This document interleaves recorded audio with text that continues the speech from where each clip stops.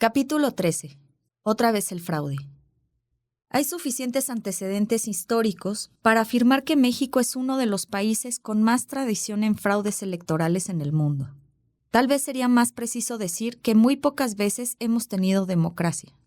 Durante los 3 siglos de dominación colonial, se nombraba desde España a los virreyes y estos hacían lo propio designando a los que gobernaban las provincias, llamados alcaldes mayores. En las elecciones de 1828, para sustituir a Guadalupe Victoria, primer presidente del México independiente, los seguidores del candidato liberal Vicente Guerrero desconocieron el triunfo del conservador Manuel Gómez Pedraza, argumentando que la votación efectuada en ese entonces en las legislaturas estatales había sido manipulada y que los diputados ignoraron los deseos de la mayoría del pueblo. A partir de entonces, ni federalistas o centralistas, liberales o conservadores, pudieron celebrar elecciones libres, limpias y auténticas. Tomemos en cuenta que en la primera mitad del siglo XIX, México fue país de un solo hombre. Antonio López de Santa Anna ocupó en 11 ocasiones la presidencia de la República. Además, en este largo periodo, las disposiciones legales no consideraban ciudadanos a los peones de las haciendas. No contaban con derechos políticos y no podían votar. Tal situación continuó a pesar de que en la Constitución de 1856 se estableció la libertad de los ciudadanos para elegir a sus gobernantes. Por mandato constitucional, todos los mayores de 18 años tenían el derecho y la obligación de votar, pero en la práctica, tal facultad, jurídicamente irrefutable, solo podía ser ejercida por las minorías. La inmensa mayoría de los mexicanos vivía en condiciones de opresión económica y social, y permanecía indiferente a los procesos políticos y electorales. El historiador Luis González señala que la mayoría no apoyaba constitución alguna. Al pueblo raso le importaba un pito la democracia, el voto lo tenía sin cuidado. Pero precisamente por ello, había quienes se encargaban de representarlo y de inclinar la balanza, en el momento de las elecciones, a favor de uno o de otro candidato. Así, el sufragio quedaba supeditado a la manipulación de militares, burócratas y caciques. En la realidad, la sociedad rural de México se regía por las antiguas estructuras de opresión colonial. En ese tiempo, ni siquiera se celebraban elecciones, porque el país estaba convulsionado por la Guerra de Reforma y por la resistencia que exigió la invasión francesa.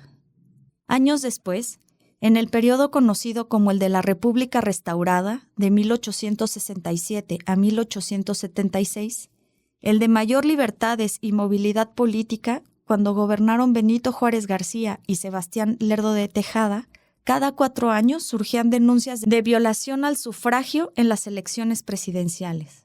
Por ejemplo, un opositor a la tercera reelección de Juárez, el diputado Manuel María de Zamacona, le demandó en el Congreso, antes de uno de esos comicios, que el sufragio fuera libre, sosteniendo: los pueblos salen de las crisis en que se comprime el voto público, extenuados y débiles, como salían las víctimas del potro en que les sujetaban a tortura los antiguos verdugos de la conciencia. En ese tiempo, bajo el argumento de la falta de democracia, se recurrió al expediente del fraude, y se originaron cuando menos 2 revueltas, la del Plan de la Noria en 1871, la de Tuxtepec en 1876, ambas encabezadas por Porfirio Díaz.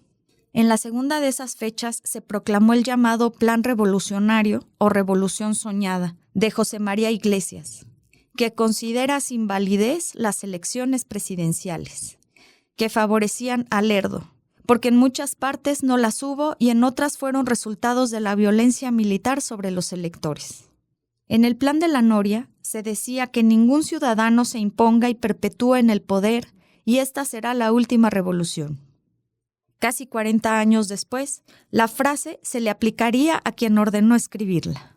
Con la toma del poder por la fuerza por parte de Porfirio Díaz, se alejó aún más la posibilidad de establecer una república democrática.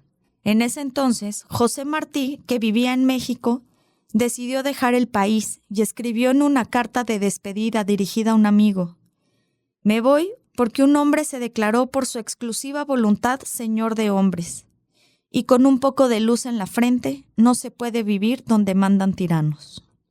Decir porfiriato es decir antidemocracia. En este dilatado periodo se retrocedió en el terreno político. El poder se sustentó en el aparato de fuerza. Las leyes eran cumplidas en la forma, pero violadas en el fondo. La Constitución fue un parapeto que ayudaba a ocultar el verdadero rostro de la dictadura. Porfirio creó un sistema político al margen de la Constitución y las instituciones. Atrás fueron quedando los tiempos de la división y el equilibrio de poderes. La presidencia domesticó al legislativo y al judicial. La combatividad de la Cámara de Diputados se fue apagando. Don Daniel Cosío Villegas comparaba al Congreso porfirista con doña Eustaquia, personaje de la famosa comedia de Bretón de los Herreros, que se apresuraba a darle la razón a su marido don Rufo antes de que éste abriera la boca. El Poder Judicial dejó de ser el faro de la ley. En pocas palabras, el Ejecutivo se convirtió en el poder de los poderes. En cuanto a los derechos políticos, Porfirio usó para sus enemigos la mano dura y les aplicó la famosa fórmula de mátalos en caliente. En su régimen, se apagó la libertad de prensa y cobró fama la ley Mordaza. Por supuesto, las prácticas del gobierno central se reproducían en el ámbito local. En ese entonces se definieron las facultades de las autoridades de los estados y las del centro. Funcionaba una regla no escrita que se haría famosa.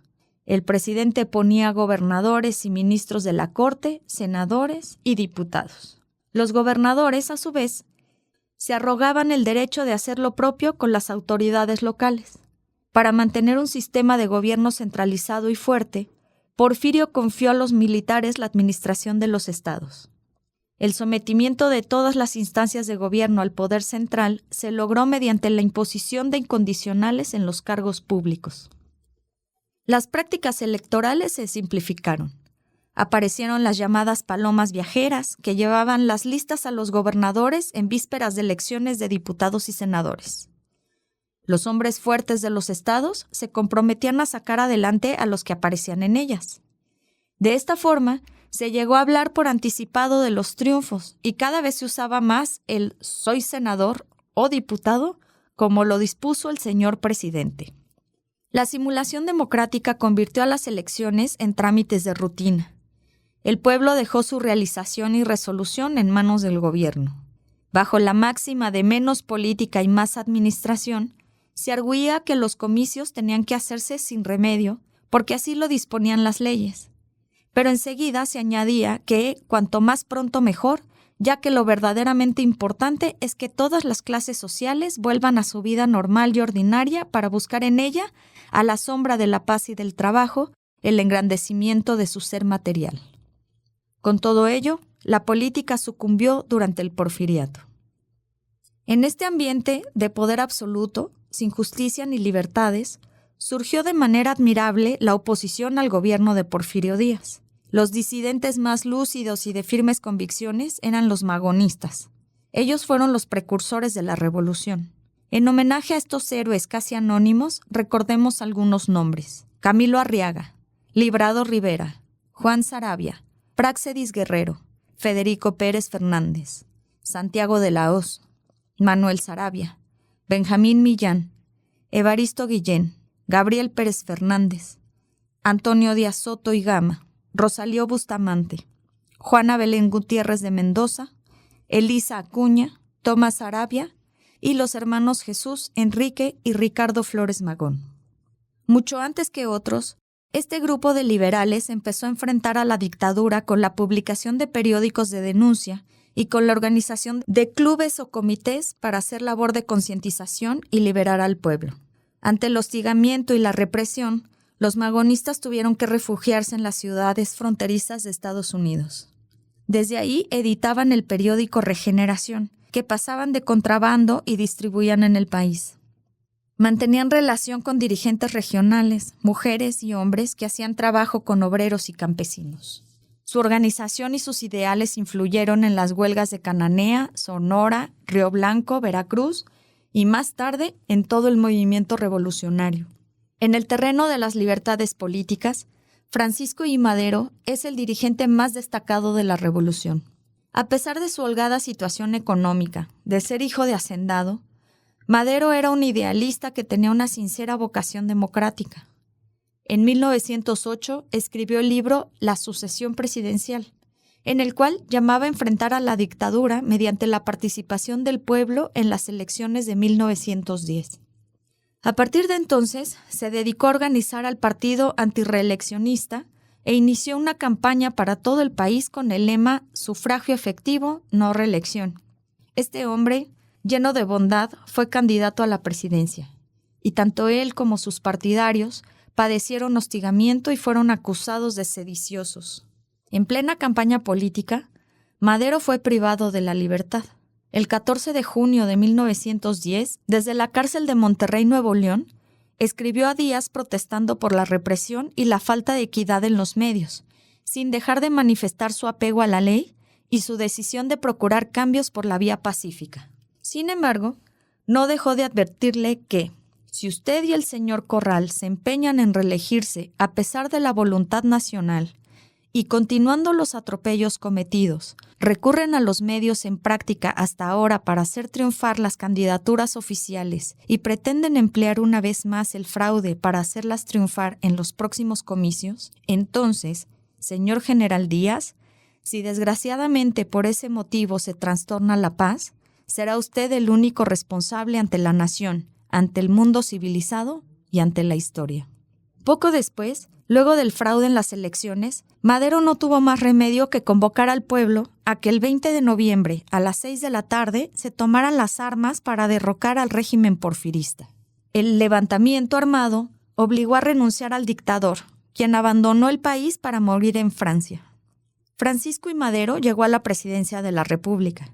Sin embargo, por lo arraigado que estaba el régimen de componendas y complicidades y por falta de organización del pueblo, entre otros factores, se produjo la ingobernabilidad, posteriormente aprovechada por una pandilla de rufianes para cometer la felonía de asesinar a quien sería llamado apóstol de la democracia y al presidente José María Pino Suárez, el cual, por cierto, era de origen tabasqueño. A raíz de estos hechos funestos, se propagó por todo el país el movimiento revolucionario. Francisco Villa constituyó la célebre División del Norte.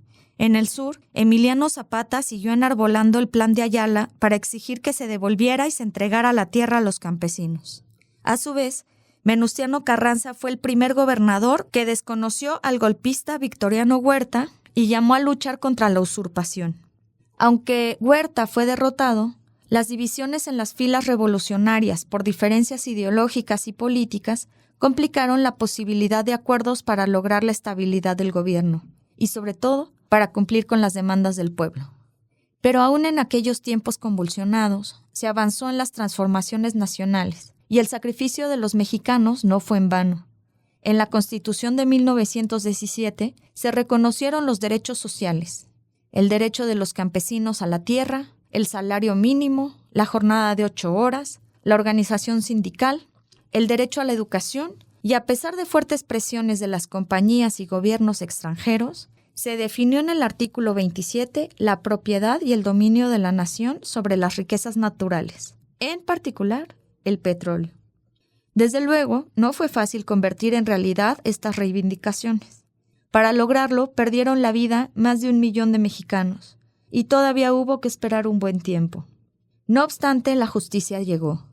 De ahí la trascendencia del general Lázaro Cárdenas del Río, porque con hechos dio respuesta a las demandas sociales incumplidas y afianzó la soberanía nacional. Entre 1934 y 1940, su gobierno entregó 18 millones de hectáreas a 1 millón de familias campesinas, defendió a los trabajadores e hizo valer los derechos laborales. También, para beneficio de todos los mexicanos, expropió el petróleo que estaba en manos de extranjeros. El general Cárdenas fue el único gobernante revolucionario que profesó un profundo amor hacia el pueblo y a la nación. Pero aun cuando hubo progreso en el terreno social, la revolución no produjo cambios sustanciales en lo político y se siguió ejerciendo el poder sin la participación del pueblo.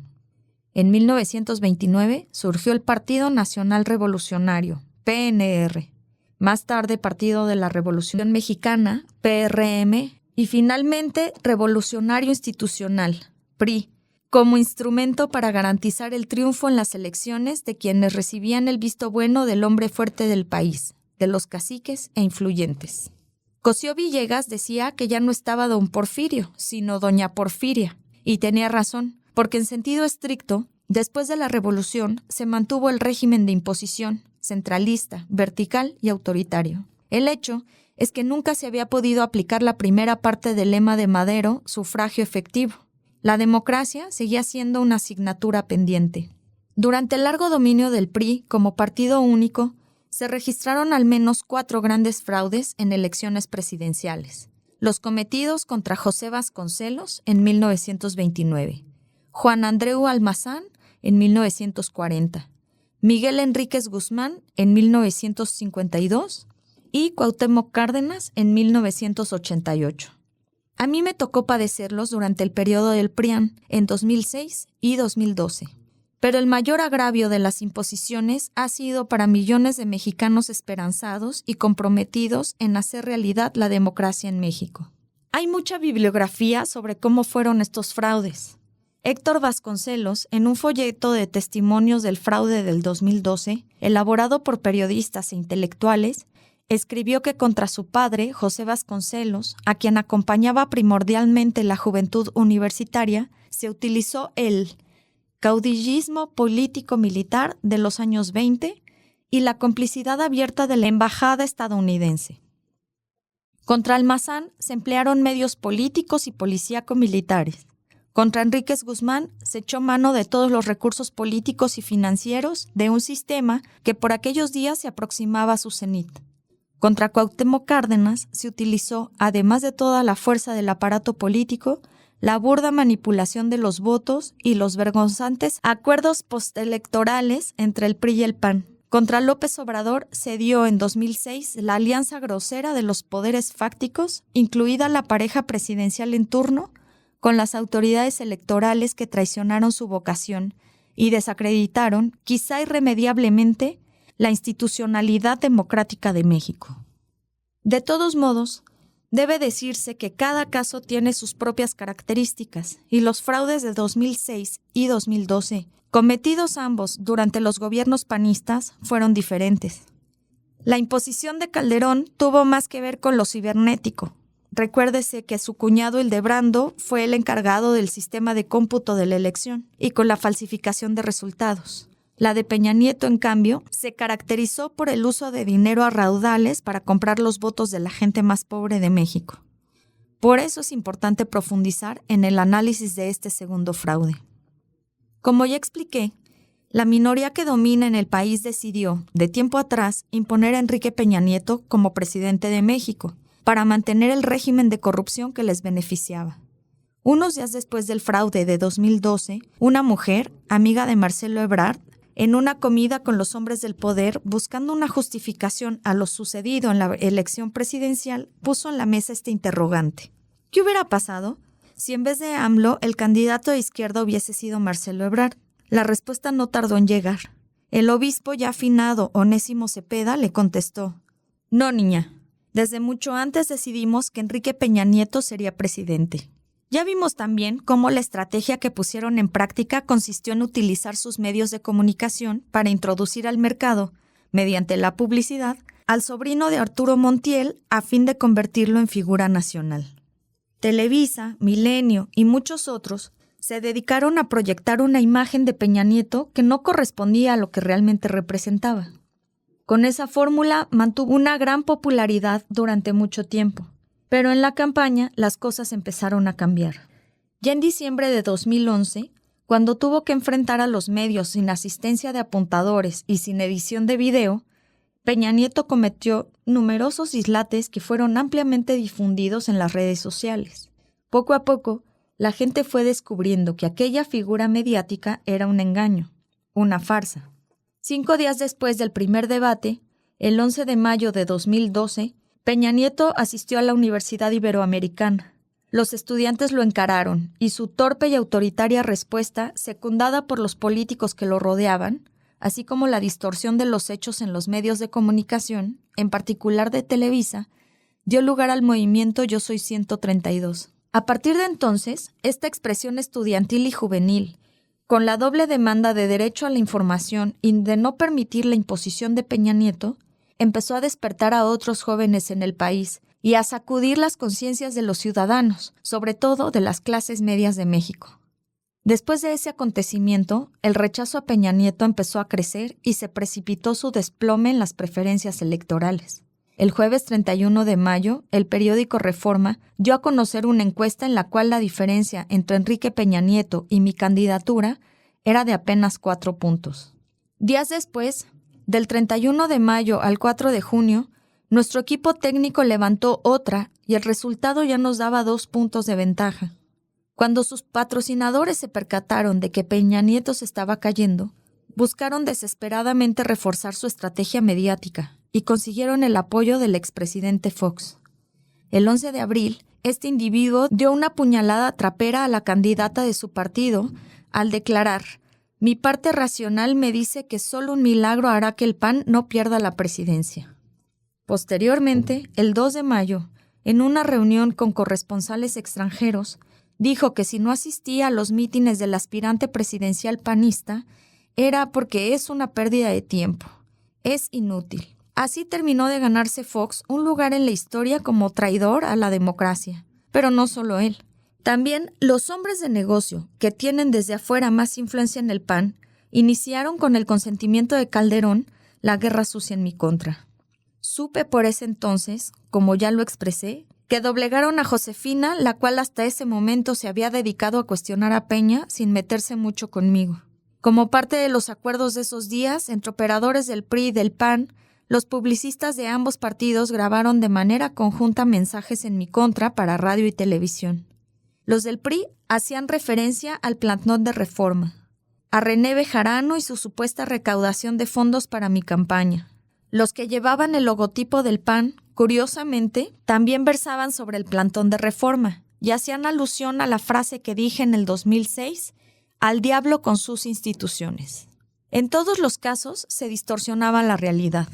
En uno de estos mensajes, avalado por el PAN, se sacó de contexto una frase de mi discurso dirigido a los jóvenes el 21 de mayo en la Plaza de las Tres Culturas de Tlatelolco, cuyo audio editaron para hacerme parecer como partidario de la vía armada, cuando mi mensaje era a favor de la lucha pacífica y legal.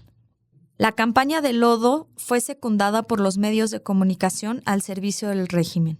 Por esos días, el 30 de mayo, apareció en el periódico El Universal la transcripción de una grabación que se hizo de un encuentro de ciudadanos y empresarios, en la cual se escuchaba a un colaborador de Luis Mandoki, nuestro asesor en mensajes audiovisuales, diciendo: «Necesitamos conseguir $6 millones para ganar la campaña presidencial. Los demás temas los tenemos bajo control.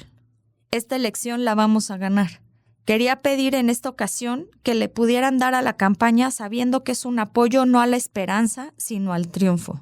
Y aunque se aclaró que yo no estaba enterado, como se menciona en la misma grabación, y que nunca nadie aportó nada, el periódico, en contubernio con Televisa y con otros medios, siguió refriteando el asunto, aplicando una de las máximas del AMPA del periodismo, según la cual la calumnia, cuando no mancha, tizna.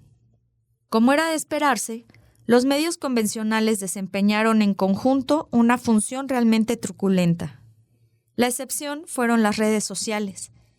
La falta de equidad en tiempos de candidatos en radio y televisión está consagrada hasta en la misma ley electoral, aprobada después del fraude del 2006.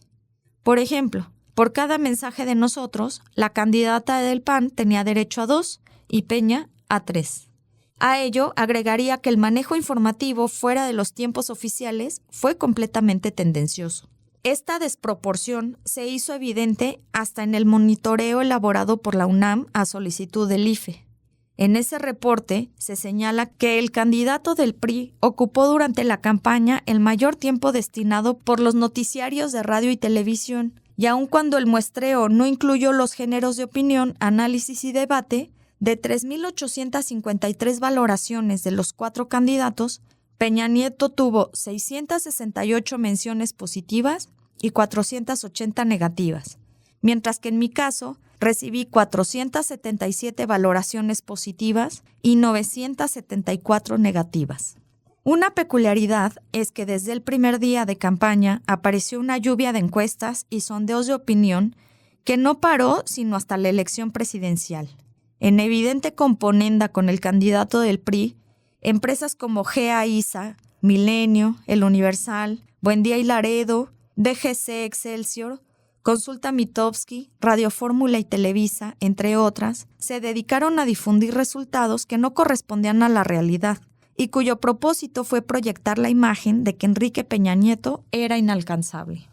Esta descarada manipulación se tradujo en propaganda disfrazada, promovida por los dueños de empresas de medios de información, para eludir la prohibición expresa a los particulares de contratar tiempos en radio y televisión.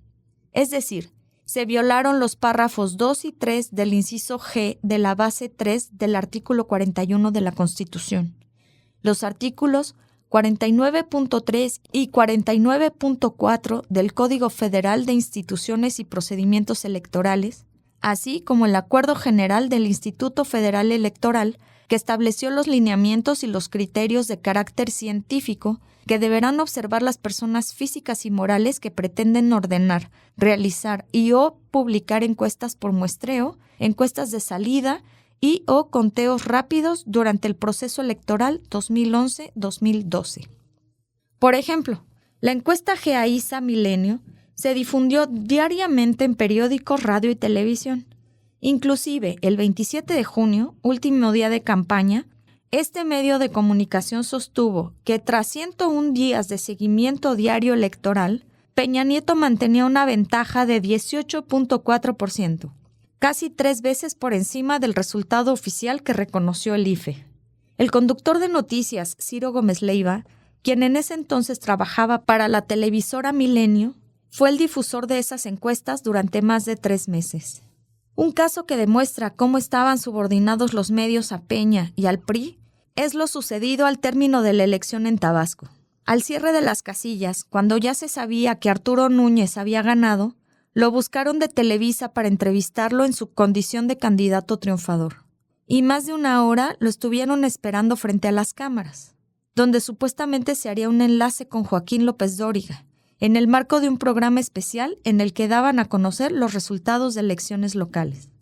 Para asombro del candidato de Movimiento Progresista, se informó que el conductor sostuvo al aire que en el caso Tabasco, lo cerrado de los resultados entre los principales contendientes a la gobernatura no permitía dar un ganador, según se lo reportaba Consulta Mitofsky.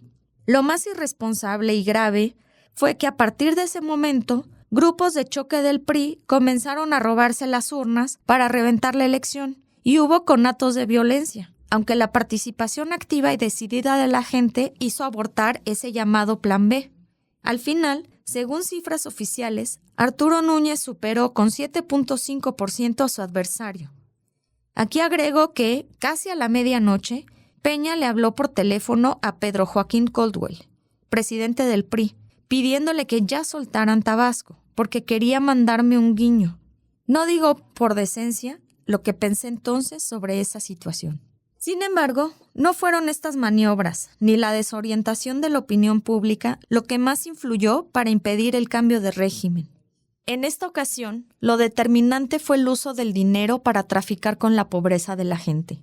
Es un hecho que, cuando los patrocinadores de Peña sintieron que no les iba a bastar la manipulación mediática para ganar la elección, se aplicaron a obtener los votos a como diera lugar, sin ningún escrúpulo. El 12 de junio, en Toluca, en la residencia oficial del gobernador del Estado de México, 16 gobernadores del PRI se reunieron con Peña Nieto y su equipo de campaña. Ahí se asignó cuota de votos por mandatario. Por ejemplo, Erubiel Ávila, el gobernador mexiquense, se comprometió a conseguir 2.900.000 votos, que casualmente fue los que obtuvo Peña Nieto en esa entidad federativa. La confabulación de los gobernadores en el Estado de México se tradujo en la utilización de recursos del presupuesto público de los estados para comprar millones de votos en todo el país. Una prueba bien documentada de lo anterior fue la forma en la que operó el gobernador de Zacatecas, Miguel Alonso Reyes, quien asignó tareas electorales a sus principales colaboradores por municipio y por distrito. Está comprobado que estos funcionarios manejaron chequeras con millones de pesos para la compra de votos. El hecho fue denunciado a la Fiscalía Especial para Delitos Electorales, la FEPADE, pero como se dice en el argot de los abogados, ni siquiera le asignaron número de averiguación.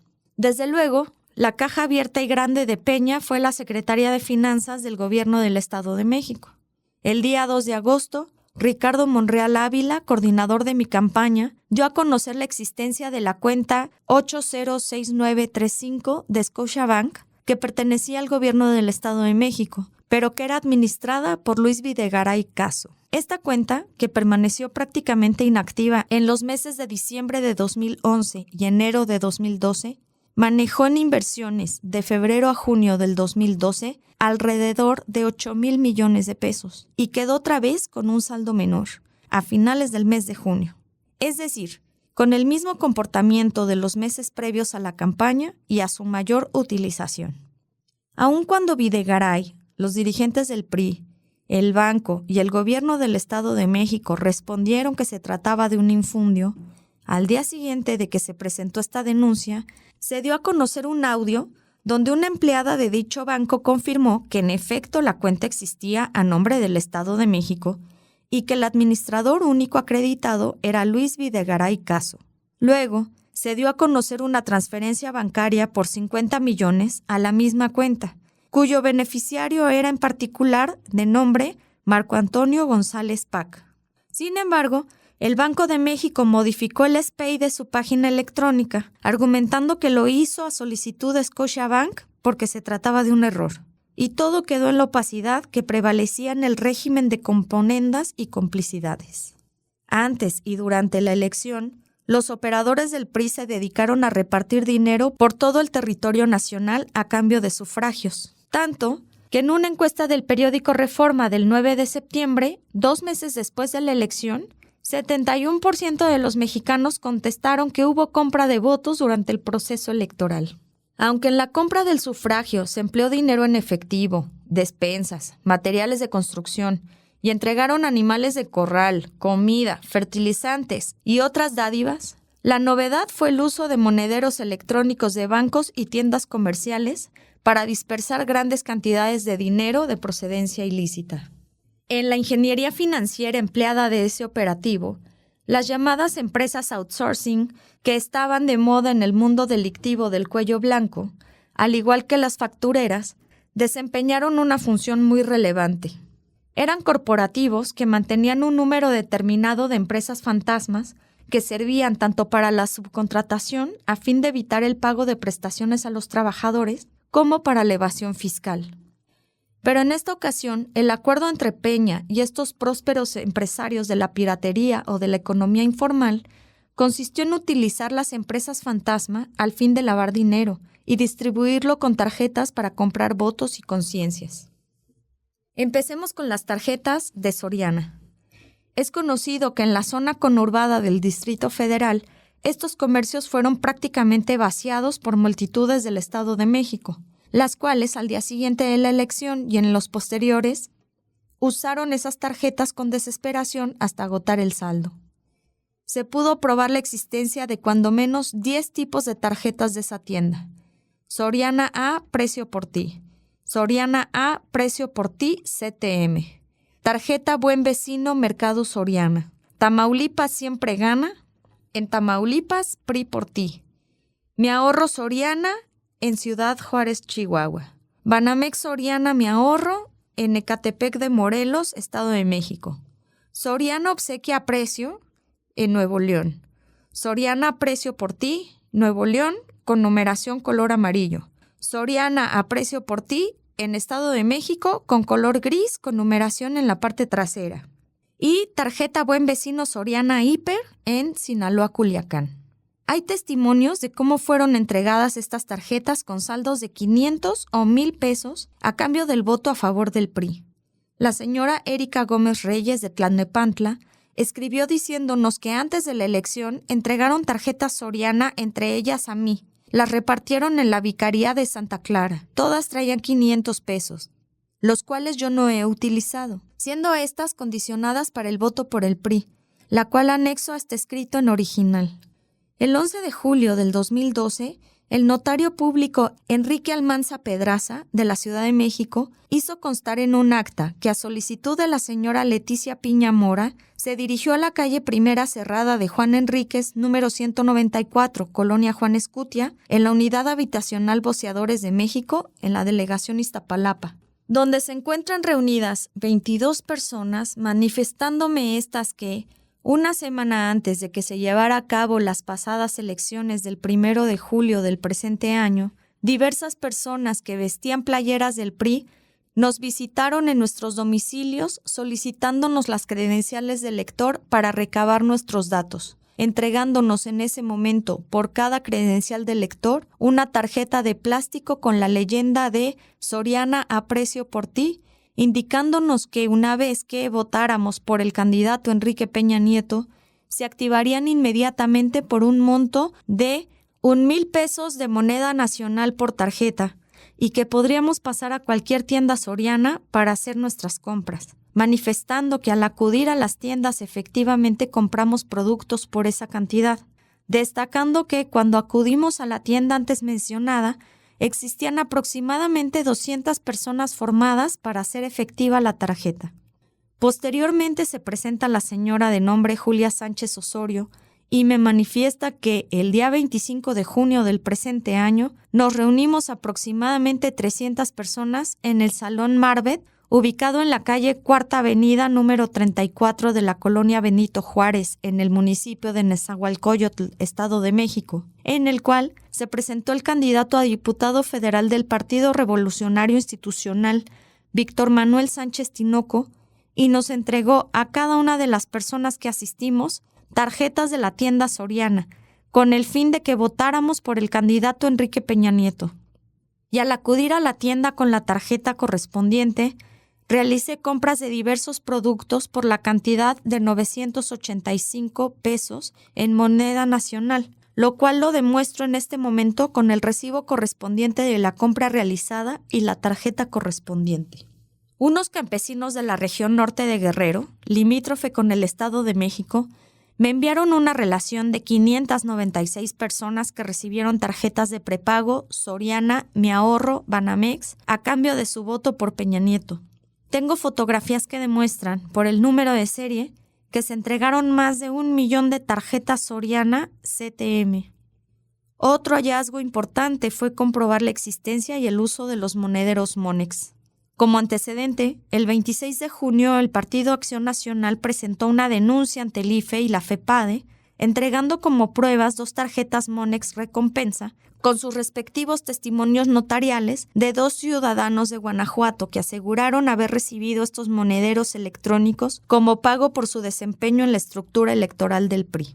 En su escrito, el PAN demandó la investigación correspondiente, asegurando que el PRI había destinado 700 millones de pesos para este propósito. Pero al paso del tiempo, los panistas dejaron de hablar del asunto. Sin embargo, simpatizantes nuestros nos hicieron llegar 33 facturas y una relación de depósitos para la adquisición de tarjetas Monex por un monto de 108,200,764 pesos. En dichas facturas aparecen como clientes el Grupo Comercial Inicio, SADCB, y la importadora y comercializadora EFRA, SADCB, las cuales compraron a Monex 10,674 tarjetas, con sus respectivas cargas de saldos prepago. El 15 de julio, en entrevista con el Reforma, el director de Monex admitió tácitamente la autenticidad de las facturas. Al mismo tiempo, iniciamos por nuestra cuenta una investigación sobre las características de las empresas que contrataron este servicio, así como otras empresas que depositaron un total de 70,281,078 pesos a favor de Monex mediante transferencias bancarias, depósitos en firme y otros depósitos cuya procedencia se desconoce. De esta investigación se desprendió que las empresas eran fantasma y que en 2 de ellas los accionistas eran 2 obreros, uno de ellos ya fallecido.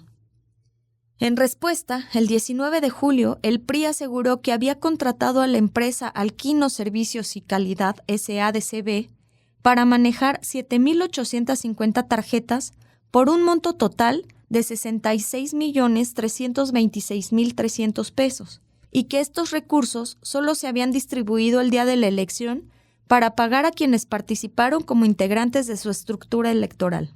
La aseveración tenía el propósito evidente de que esos montos no fueran considerados gastos de campaña, sino como gasto ordinario de ese partido. Pero aún así se violaban los artículos 215 y 229.2 del Código Federal de Instituciones y Procedimientos Electorales. Además, esa coartada era insostenible, dado que las facturas, documentos y testimonios demuestran que dichas tarjetas se entregaron desde abril, y no solo a los representantes generales y de casilla del PRI. Por si fuera poco, desde el 13 de julio nos llegaron tarjetas denominadas Monex Lealtad, procedentes de Tabasco. En total, obtuvimos 25 tarjetas de esa entidad, una del Estado de México, 3 de Puebla, 2 de Morelos y una de Veracruz. El día 26 de julio recibimos de Tabasco una relación de 4.891 responsables de activismo y movilización del PRI, conocidos como RAV, que recibieron pagos mediante monederos Monex. Estos operadores no necesariamente actuaron como representantes de casilla, sino como promotores del voto a favor de Enrique Peña Nieto. Como se comprobó con la grabación de un muestreo telefónico que llevamos a cabo de estos responsables de activismo y movilización del PRI en Tabasco, dichas personas recibieron pagos mediante las tarjetas Monex por alrededor de 4,000 pesos en el periodo de abril a junio. Con estos elementos puede afirmarse que si en Tabasco, que tiene 1,133 secciones electorales, el PRI distribuyó 4,891 tarjetas Monex, por lógica, en todo el país, donde hay 66,740 secciones electorales, debieron ser utilizadas 260,000 tarjetas, un promedio de 4 por sección, de lo cual se deduce que solo por este concepto, el PRI, a través de múltiples empresas fantasma, contrató más de 1,000 millones de pesos con el banco Monex. En su momento, sostuve que esta hipótesis debía ser confirmada por los consejeros del IFE y magistrados del Tribunal Electoral del Poder Judicial de la Federación, pues bastaba con solicitar a la Comisión Nacional Bancaria y de Valores que ordenara a Monex la entrega de más de 4,000 facturas que emitió durante los 3 meses de campaña presidencial. Aunque el caso Monex es el más documentado, este fue solo uno de los medios utilizados por el PRI para entregar dinero de procedencia ilícita a favor de Peña Nieto. Ténganse en cuenta que también recibimos tarjetas de los bancos Santander, Bancomer y Banamex. Al respecto, comparto lo que me escribió el ciudadano Mauricio Guillermo García González desde Córdoba, Veracruz. Fui invitado a ser representante de casilla. En la tarjeta que presento, una tarjeta BBVA Bancomer de pagos, me depositaron 4,000. A los suplentes, 2,000 pesos. Yo, siendo propietario, recibí la primera cantidad. Me la dieron en el Salón Tejeda el viernes 29 de junio a las 6 de la tarde, y a todos los que conformaron la estructura electoral del Distrito 16. Estuvo el candidato Paco Cesa esa tarde, donde nos dieron de comer tacos, nos dieron el material para el día de la jornada electoral, como lámparas, lista nominal y un abono de saldo a los celulares por 250 pesos tiempo aire. Y posteriormente habría unas rifas de BlackBerry con base en los números proporcionados por los AGs y RCs, representante general y de casillas. Soy un estudiante y por necesidad me vi obligado a aceptar la tarjeta y ser representante de casilla por medio del partido PRI. También es de dominio público que el PRI distribuyó alrededor de 5 millones de tarjetas telefónicas con la imagen de Enrique Peña Nieto. Estas tarjetas telefónicas prepagadas, cada una con 100 pesos de tiempo aire, debieron significar una erogación de 500 millones de pesos, sin considerar el costo de la manufactura y del plástico con que están hechas. ¿Quién contrató con Telmex este servicio? ¿De dónde salió el dinero? Nada de esto fue investigado por los consejeros del IFE ni por los magistrados del TRIFE. La compra del voto se llevó a cabo en casi todo el país, pero fue más acentuada en las zonas donde viven los más pobres de México, en especial en el medio rural. Ahí se produjo el mayor nivel de participación ciudadana, contrariamente a lo que había sucedido en las anteriores elecciones presidenciales y por encima de la media nacional que se dio en los comicios del 2012. Por ejemplo, En los 3 distritos con más población rural de Yucatán, la participación promedio fue de 86%. En Chiapas se incrementó un 118% con respecto al 2006, y el PRI consiguió 506,000 votos más que en aquel año. En las zonas urbanas de ese estado, Peña Nieto ganaba por 4,223 votos, pero en el medio rural su ventaja era de 294,871 votos. Una investigación que realizamos sobre el incremento de la participación ciudadana en el país arroja precisiones sobre lo atípico de este fenómeno. En el medio urbano, la participación creció en 5,16% en relación con el 2006, mientras que en el medio rural el aumento fue de 23,37%. Esto explica por qué en las casillas rurales, que con 35% del total Peña me ganaba, con 2,801,402 votos, lo que representaba 84,1% de su supuesta ventaja a nivel nacional. En un estudio elaborado por Ignacio Mier Velasco, Leonardo Corro y Miguel Reyes Hernández, denominado ¿Cómo votó Puebla?, se señala que la participación en este estado varió en los 16 distritos electorales federales en un rango de 55 a 70%, donde la votación fue mucho más alta en el campo que en las ciudades. En los distritos urbanos, como los 4 que corresponden al municipio de Puebla, donde se asienta la cuarta metrópoli del país, el rango osciló de 63 a 66%. Pero extrañamente disminuyó en los distritos contiguos, donde es menor la densidad urbana. Así, en el distrito 10, correspondiente a Cholula, la participación fue 61% en promedio. En el 13, correspondiente a Atlixco, el promedio cayó a 58%. Hacia el noroeste de la capital del estado, en el distrito 5, San Martín Texmelucan, votó en promedio 60% del padrón. Y por el lado oriente a la zona metropolitana, en Tepeaca, distrito 7, el porcentaje fue de 61%. Esta lógica se rompió en las zonas rurales alejadas hacia el oriente, donde el distrito de Chalchicomula de Sesma incrementó la participación electoral a 63%. Algo similar ocurrió en los distritos de la Sierra Norte y Nororiental, caracterizados por el predominio de la población rural, y cuyos municipios tienen más de 50% de su población asentada en localidades menores a los 2,500 habitantes. En ellos, los índices promedio de participación electoral fueron de 68% en el Distrito 1, con cabecera en Huachinango, de 67 a 72% en el Distrito 2 de Zacatlán, de 66% en Teciutlán, Distrito 3, y de 67% en Zacapuaxtla, Distrito 4. En el sur de la entidad, como ya se mencionó, los promedios de participación electoral también disminuyeron. En el Distrito 14 de Izúcar de Matamoros, el índice fue de 56%, y en el 15, Tehuacán, de 60%, pese a que, gracias a su urbanización, la zona metropolitana de Tehuacán constituye el segundo municipio con mayor número de electores y el octavo con mayor grado de marginación en el estado de Puebla. Un comportamiento netamente contrario se dio en el Distrito 16, Ajalpan, situado en una región eminentemente rural, con la mitad de su población localizada en la Sierra Negra y la otra en la Mixteca poblana, con altos índices de marginación y pobreza, en pequeñas localidades con amplísima dispersión demográfica y muy poca infraestructura para el transporte y la comunicación de sus habitantes. En este distrito, la participación electoral fue la más alta en el estado de Puebla, 70%. En el estudio citado, se advierte con mucha claridad que Peña Nieto obtuvo los votos en los municipios de alta y muy alta marginación.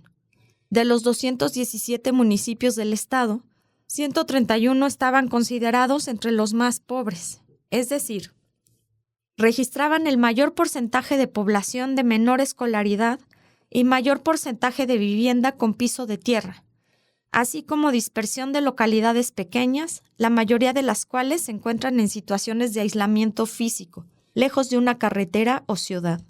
Ahí Peña obtuvo 352,815 votos y yo 224,529. Sin embargo, en los 3 municipios urbanos de muy baja marginación, donde se incluye la capital, el resultado fue completamente distinto. Él lograba 198,193 votos y yo 317,280. Otra prueba de que esta elección presidencial fue definida por el uso del dinero para la compra de los votos es que en las ciudades las tendencias electorales fueron distintas a las del medio rural. Y no solo porque en las primeras hay más información, sino también porque en ellas el PRI no pudo aplicar la estrategia de comprar votos a integrantes de las clases medias. En las casillas urbanas, que son 65% del total, Peña Nieto me superó, según cifras oficiales, con 528,383 votos, y su ventaja la obtuvo en colonias con mayor marginación y pobreza, en las que se repartió dinero, tarjeta Soriana y otras dádivas. En las 902 casillas especiales instaladas en todo el país, donde los ciudadanos sufragaron libremente, muchos se quedaron con las ganas de votar debido a que el IFE no entregó la papelería suficiente. El resultado fue completamente distinto. Por Josefina Vázquez Mota, 27,8%. Por Enrique Peña Nieto, 28,1%. Por mi candidatura, 41%. Por Gabriel Cuadri, 1,6%. Por candidatos no registrados, 0,2%. Y votos nulos, 1,2%. En este tipo de casillas, Peña solo ganó en 4 de las 32 entidades de la República. Es decir, a más libertad y mejores condiciones de vida, menos votos para Peña Nieto. Está demostrado, pues, que Peña Nieto y su partido obtuvieron millones de votos entregando dinero en efectivo, comida, como pollos rostizados, carne de res y de cerdo, materiales de construcción y otras dádivas, aprovechando la pobreza de millones de mexicanos. Podrán decir algunos que en sentido estricto, esta conducta no está tipificada como un delito electoral, pero se trata de un hecho indigno, inmoral y, desde luego, antidemocrático. En lo personal, no deja de indignar y entristecer el que los responsables de la desgracia de millones de mexicanos utilizaran a sus víctimas, en particular a los más pobres, para sostener su funesto poder económico, político y mediático. Esta es sin duda la mayor inmoralidad que se registró durante la elección presidencial. Y va más allá del uso del dinero para comprar votos. Se trata de la mayor vileza humana. En ninguna circunstancia se puede justificar el tráfico con la pobreza y con el hambre. ¿Cómo puede haber una elección libre cuando se abusa de la necesidad de la gente? Podrá alegarse que los pobres que votaron por el PRI actuaron por su voluntad propia y en uso de su libre albedrío. Pero esto implicaría omitir las graves carencias de millones de mexicanos, de los olvidados en donde lo más importante es sobrevivir y conseguir el sustento de cada día. Ahora bien, la culpa no recae en quien por necesidad vende su voto, sino en el que se aprovecha de la miseria del pueblo. Es como si solo se juzgara a Esaú por haber vendido su herencia por un plato de lentejas y no a Jacob, quien se valió del hambre de su hermano. Este fue el gran tema en esa elección, el comercio con la pobreza de la gente. Por muy buenos resultados que haya dado la manipulación a través de los medios de comunicación, el voto de los pobres no habría beneficiado a Peña Nieto si no se hubiera efectuado la entrega de dinero o de una dádiva a cambio del sufragio. Es difícil imaginar que el priista, que no escondía su mentalidad clasista ni su desprecio por los desvalidos, hubiera sido visto por los pobres como su redentor. Cortar de tajo esta práctica inhumana, corrupta y perversa, resultaba indispensable para lograr una auténtica democracia en nuestro país. Permitir a quienes ejercen el poder que siguieran beneficiándose con la necesidad del pueblo equivaldría a aceptar y establecer en los hechos un régimen de suprema injusticia, en el que entre más pobre y debilitado estuviera el pueblo, más fácil resultaría oprimirlo. En otras palabras, este retroceso implicaba la instauración de un sistema de esclavitud moderna, en el que los pobres se convertirían en peones y habría amos que les comprarían su libertad. Conociendo la perversidad de los mandones de México, no dudo que a eso apostaban cuando hablaban del nuevo PRI. Es decir, a mantenerse eternamente en el poder traficando con la pobreza de la gente y comprando la voluntad ciudadana. Y en lo sucesivo, ese fue el gran desafío que tuvimos por delante. No cabe duda de que Rousseau tenía razón cuando afirmó que la igualdad de la riqueza debe consistir en que ningún ciudadano sea tan opulento que pueda comprar a otro y ninguno tan pobre que se vea necesitado de venderse. Aquí agrego un fragmento de lo declarado por Emilio Lozoya Austin ante la Fiscalía General de la República, en su carácter de testigo colaborador en el juicio en su contra, quien en la elección presidencial del 2012 se desempeñó como coordinador de asuntos internacionales en la campaña de Enrique Peña Nieto y luego ocupó el cargo de director general de Pemex. Del caso Odebrecht y financiamiento de campañas del Partido Revolucionario Institucional. Declara Emilio Lozoya. Conocí a Luis Will desde antes de que yo colaborara en la campaña del entonces precandidato Enrique Peña Nieto.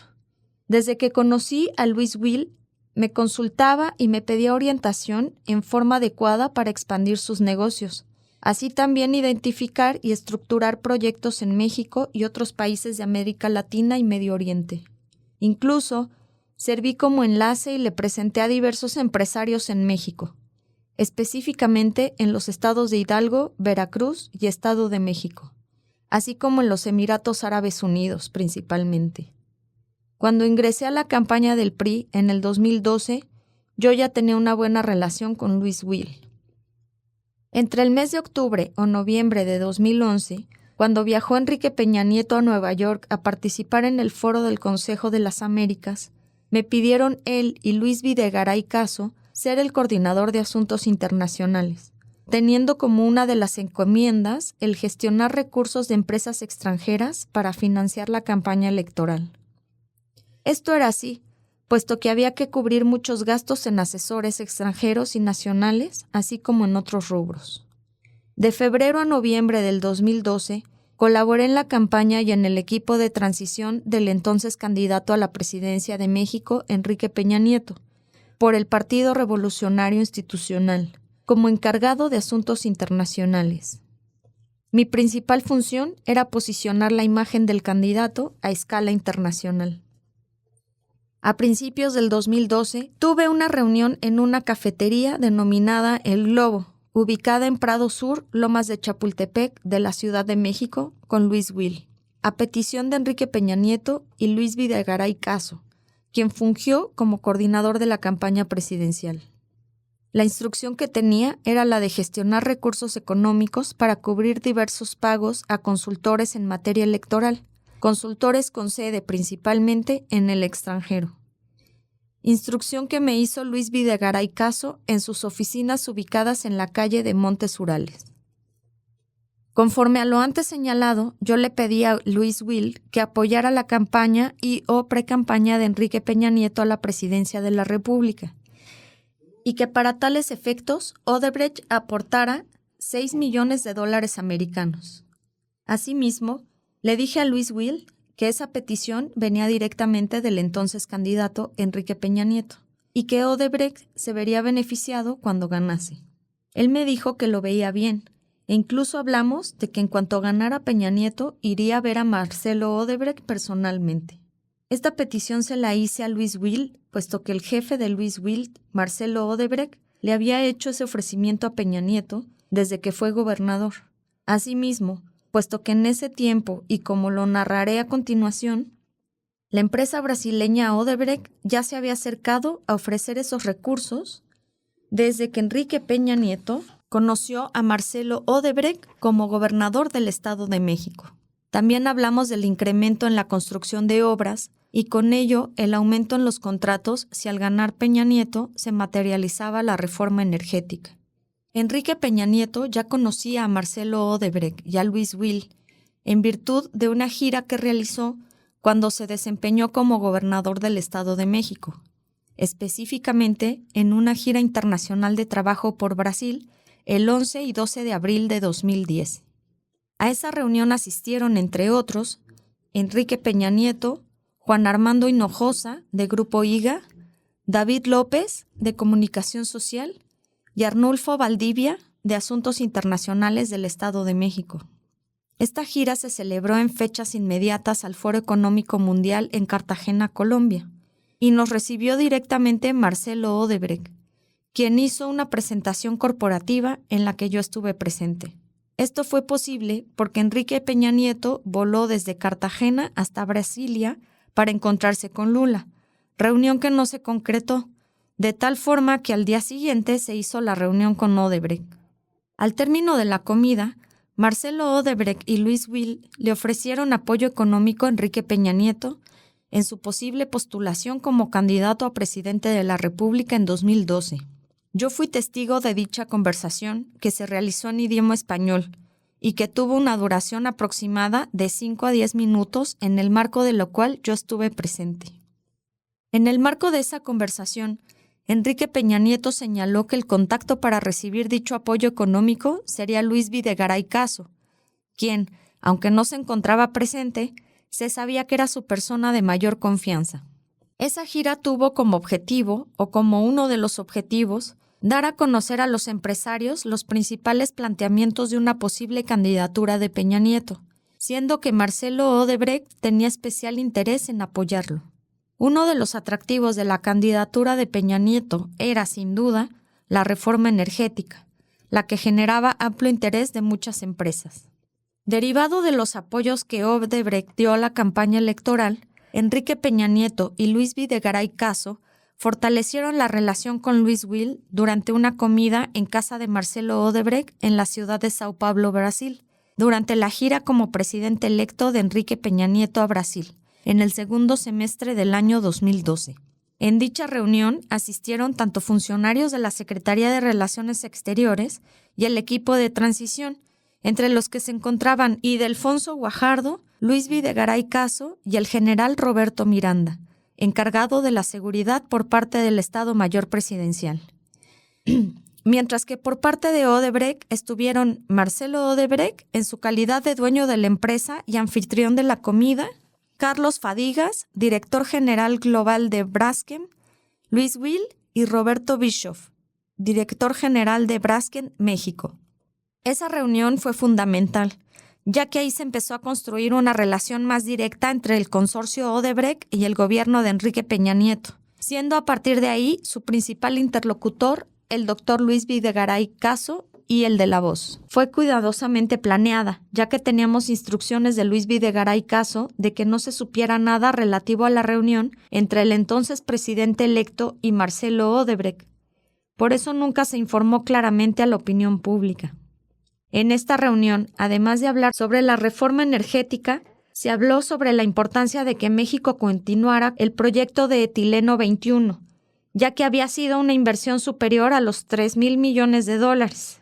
Más adelante profundizaré sobre este asunto. Así como también se habló del interés de Odebrecht en participar en la cadena de valor y en las obras que se requiriesen para implementar la producción y el procesamiento de hidrocarburos en México, para lo cual era indispensable la reforma energética. Sin embargo, quisiera regresarme a los tiempos en los que iniciaba la campaña electoral del 2012.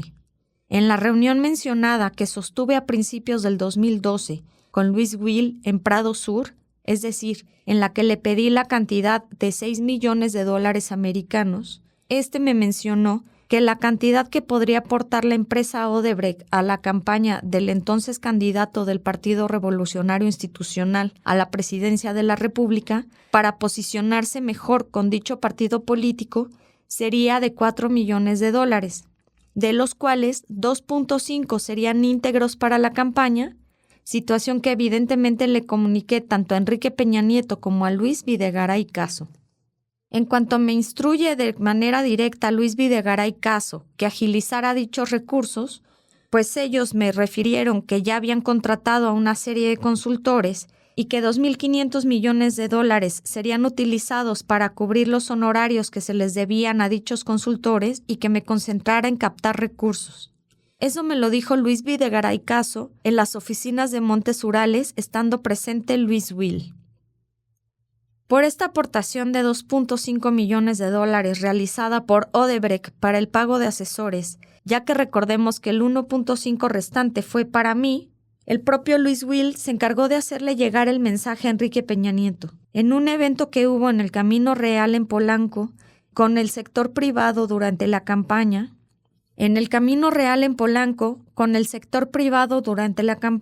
el señor Luis Will y el señor Roberto Bischoff, este último director general de Braskem México, me pidieron que los llevara a saludar a Enrique Peña Nieto de manera personal al concluir el evento, siendo que Luis Will y Roberto Bischoff le dijeron a Peña Nieto: estamos con usted y cuente con nosotros.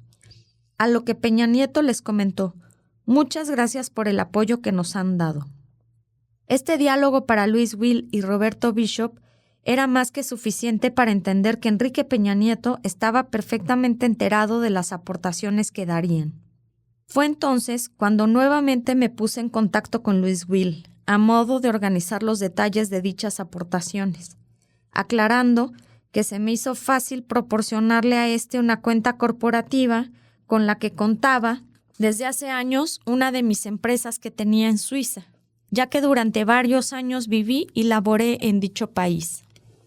La empresa que yo señalé, a la cual depositó el dinero Luis Will, se llama Latin America Asia Capital Holding Ltd., empresa que yo compré en el año 2009 o 2010, desde la cual, de manera unilateral, nombré beneficiaria de esta mi hermana Hilda Susana Lozoya Austin. Esto, recuerdo, fue a principios del año 2012, antes de que asumiera mi cargo público en México como director general de Pemex. Tengo pleno conocimiento de que Odebrecht realizó la transferencia desde una empresa offshore denominada Innovation Research Engineering and Development a través del Merrill Bank, un banco ubicado en Antigua, en el Caribe, por un monto total de $3.150.000, aclarando que Odebrecht había acordado el pago de $4 millones, pero solo se recibieron $3.150.000 mediante transacciones financieras.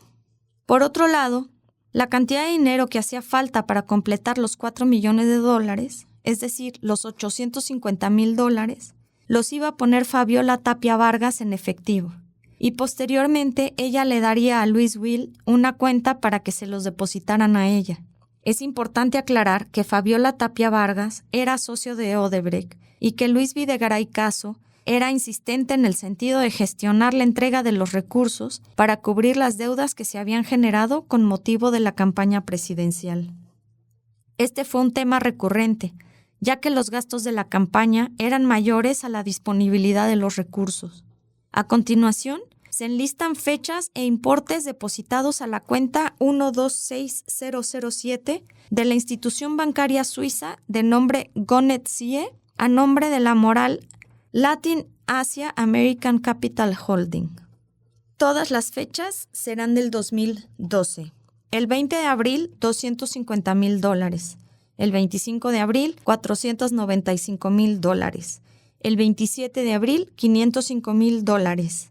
El 23 de mayo, $500.000. El 30 de mayo, $490.000. El 8 de junio, $510.000. Y el 18 de junio, $400.000, dando el total de los $3.150.000. Una vez que fueron recibidos dichos recursos y previo aviso a Enrique Peña Nieto y Luis Videgaray Caso, las instrucciones que recibí directamente por parte de Luis Videgaray Caso fueron las de realizar una serie de pagos a los siguientes consultores en el extranjero.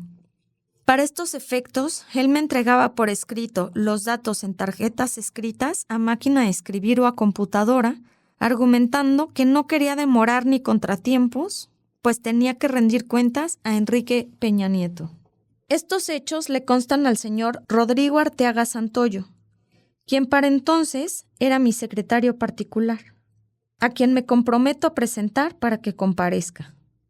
Estas cantidades de dinero aportadas a dichos consultores, utilizados por el PRI durante la campaña presidencial del 2012, fueron aproximadamente de $1.600.000, y el remanente de aproximadamente $1.500.000 me los quedé yo, dinero que deposité en la cuenta bancaria 0240-88097-4607 de la institución bancaria VS a nombre de la Moral Tochos Holding Limited, empresa que es de mi propiedad y que utilizaba para mis negocios personales. Es importante destacar que Luis Videgaray Caso era quien me daba tarjetas con nombres de empresas y montos a pagar. A su vez, estas empresas nos expedían facturas por diferentes servicios, pero si esas facturas mencionaban la campaña, se les solicitaba que hicieran otro tipo de facturas que tuvieran que ver con prestación de servicios diversos a los señalados. De esta forma, los programas de compliance que operan al interior de las entidades bancarias no detectaban anomalías ni ponían trabas a los movimientos bancarios.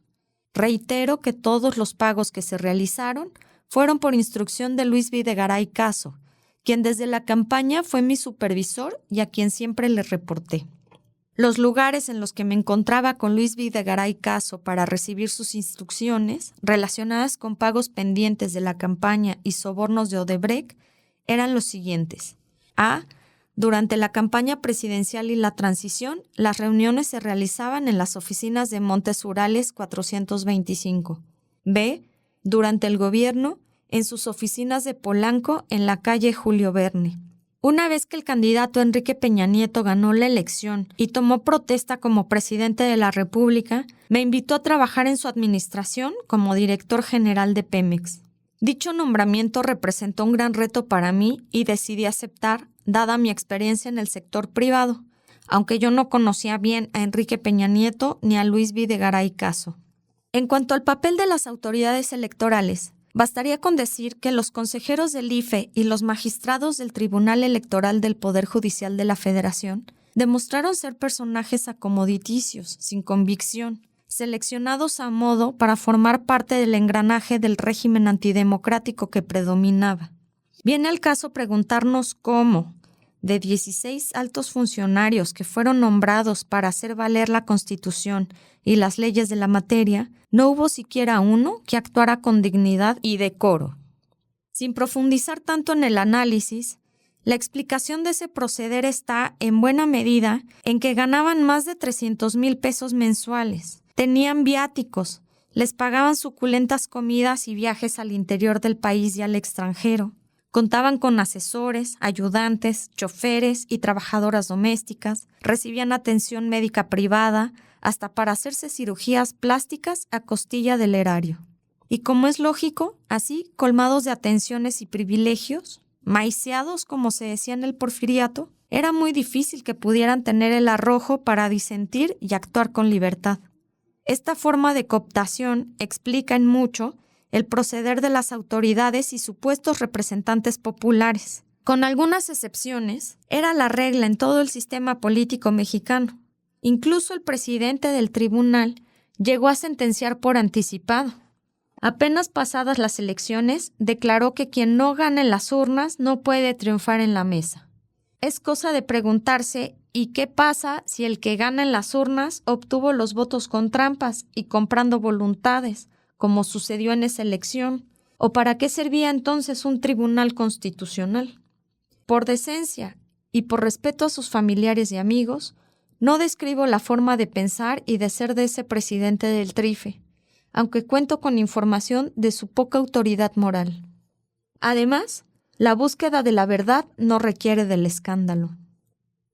Acerca del comportamiento del presidente del IFE, Leonardo Valdés Zurita, baste señalar que el 30 de agosto, cuando todavía no se calificaba la elección presidencial, ya estaba haciendo un llamado a los partidos progresistas para que reconocieran el resultado del proceso electoral.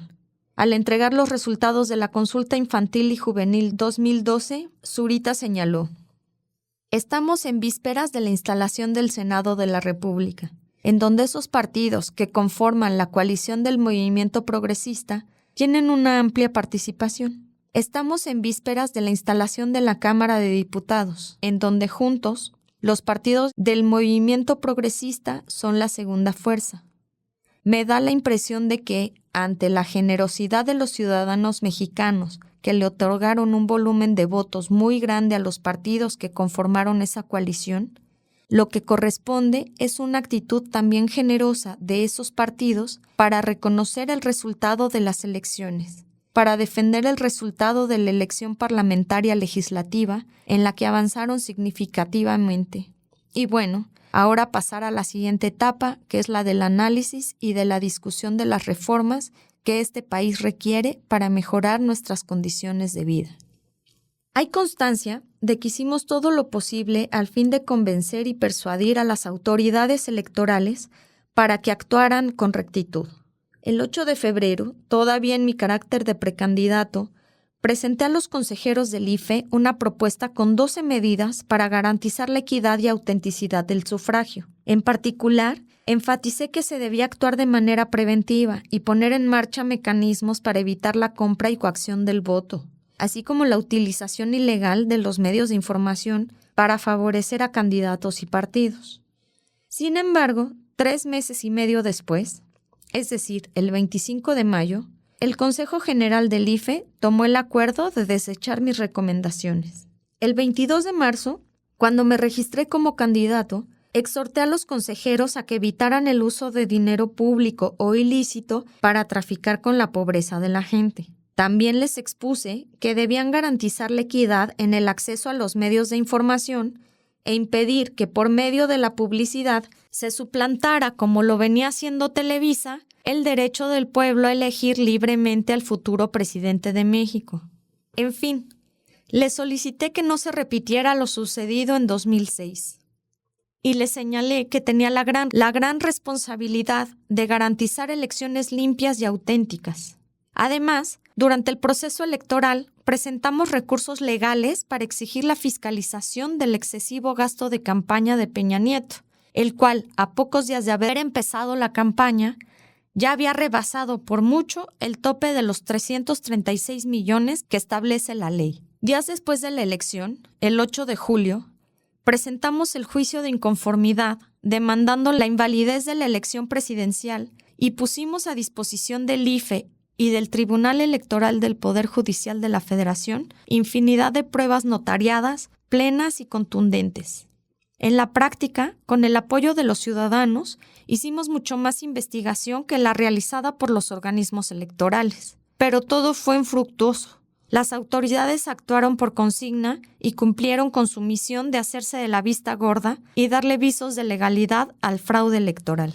En los hechos, los consejeros del IFE actuaron como defensores oficiosos del candidato del PRI y del grupo que lo patrocinaba, al grado que en el informe circunstanciado que presentaron ante el tribunal, descalificaron abiertamente el valor de nuestras pruebas y recurrieron a tácticas dilatorias para no entregar a tiempo la información sobre las múltiples irregularidades en que incurrieron nuestros adversarios, en específico en lo referido a operaciones con recursos de procedencia ilícita. En cuanto a los magistrados, por más que les expusimos de manera clara y precisa los fundamentos y pruebas para demostrar que en la contienda se había violado flagrantemente el espíritu y la letra del artículo 41 de la Constitución Política de los Estados Unidos Mexicanos, resolvieron validar la elección presidencial. Un día después de consumarse legalmente la imposición de Peña, di a conocer la siguiente postura. Al pueblo de México. Informo que no puedo aceptar el fallo del Tribunal Electoral que ha declarado válida la elección presidencial. Las elecciones no fueron limpias, ni libres, ni auténticas. En consecuencia, no voy a reconocer un poder ilegítimo surgido de la compra del voto y de otras violaciones graves a la Constitución y a las leyes. Actuar de otra manera implicaría traicionar a millones de mexicanos que luchan contra la simulación, la farsa y a favor de un cambio verdadero. Es cierto que debemos respetar a las instituciones, pero en buena medida el problema de México radica en que las instituciones están secuestradas por la delincuencia de cuello blanco, y un Estado que no procura la justicia ni la democracia no es más que un instrumento de poder al servicio de un grupo de intereses creados. Ya sabemos que a los sostenedores de este Estado mafioso, traficantes de influencias, políticos corruptos, dueños y voceros de los llamados medios de comunicación y a otros integrantes del régimen, no les parecerá nuestra postura. Ellos quisieran que aceptáramos el fraude electoral y que rápido entráramos en el juego de las negociaciones políticas, que en las actuales circunstancias solo pueden significar arreglos cupulares o componendas en contra del bienestar del pueblo y de la nación. Que así como ellos defienden por todos los medios al régimen de corrupción, nosotros estamos sinceramente empeñados en abolirlo. Y como es lógico, en este propósito no daremos ninguna tregua ni concederemos la mínima ventaja. Por eso, aunque nos sigan atacando, acusándonos de malos perdedores, de locos, mesiánicos, necios, enfermos de poder y otras lindezas, preferimos estos insultos a convalidar o formar parte de un régimen injusto, corrupto y de complicidades que está destruyendo a México. La desobediencia civil es un honroso deber cuando se aplica contra los ladrones de la esperanza y de la felicidad del pueblo. Convoco a todos los partidarios de la democracia y de nuestro movimiento a que nos congreguemos en el Zócalo de la Ciudad de México el domingo 9 de septiembre a las 11 de la mañana. Ahí definiremos lo que sigue. Adelanto que continuaremos defendiendo los derechos individuales y sociales de todos los ciudadanos, usando nuestra autoridad política y moral. Asimismo, informo que seguiremos actuando con responsabilidad y por la vía pacífica, sin dar motivo para que los violentos nos acusen de violentos. No claudicaremos. El destino de México no tiene precio. Unos días antes, el 22 de agosto, en el Festival por la Democracia, Dignidad y Libertad de México realizado en el Zócalo, hice un exhorto a Felipe Calderón. Textualmente señalé: estamos en espera de que el Tribunal Electoral resuelva si declara válida o no la elección presidencial. Está en juego el destino de México, porque con ese fallo se decidirá si prevalece el régimen de corrupción o si se inaugura una etapa nueva en la vida pública del país, sustentada en el respeto a la Constitución, la honestidad y la justicia. Quienes forman parte del régimen de complicidades y componendas han estado opinando que no existen motivos ni fundamentos legales para invalidar la elección presidencial. Esto es absolutamente falso. Reitero que con la participación de los ciudadanos hemos acopiado y puesto a disposición de los consejeros y magistrados del IFE y del Tribunal Electoral pruebas que en cualquier país democrático del mundo serían más que suficientes para declarar que se violó la Constitución y aplicar el procedimiento previsto para este caso. Es decir, declarar inválida la elección y elegir en el Congreso a un presidente interino que convoque a nuevas elecciones. Sin embargo, aunque existen, repito, pruebas suficientes, por tratarse, como ya hemos dicho, de un asunto de gran trascendencia para el país, mucho ayudaría que Felipe Calderón diera a conocer las pruebas que posee en particular sobre el manejo del dinero que utilizó el PRI a través de las instituciones bancarias. Es un hecho que él tiene toda la información. De él depende la Secretaría de Hacienda y la Comisión Nacional Bancaria y de Valores. De modo que aprovecho mi presencia en este evento en el Zócalo de la ciudad, corazón político, social y cultural de la República, para emplazar a Felipe Calderón a que se defina públicamente sobre este importante asunto de cara al pueblo de México. Felipe Calderón sabe, por su profesión de abogado, que cualquier persona enterada de la comisión de un delito tiene la obligación de denunciarlo so pena de convertirse en encubridor. Y obviamente, cuando es una autoridad la que incurre y favorece actos de encubrimiento, contrarios al interés nacional y a la democracia, el delito es de la mayor gravedad, equiparable, en este caso, al de traición a la patria. La respuesta fue el silencio. La verdad es que no quise dejar ningún cabo suelto. Tenía que actuar hasta el último momento con responsabilidad, sin dar pie a que en el futuro se señalara que no habíamos hecho todo lo que estaba de nuestra parte. Además, de esta forma quedaba constancia de las componendas y complicidades de las mujeres y hombres del régimen. Por eso termino este capítulo diciendo: pobre Calderón, infeliz, en vez de odio merece compasión. Por más que repite y repite hasta el ridículo que actuó bien, no hay nada, absolutamente nada, que lo justifique. Llegó al poder de manera ilegítima. Nunca probó que merecía ejercerlo. Lo detentó para desgracia de muchos y se fue con el acuerdo de que sería protegido, pero sinceramente no creo que pueda vivir ni dormir con la conciencia tranquila.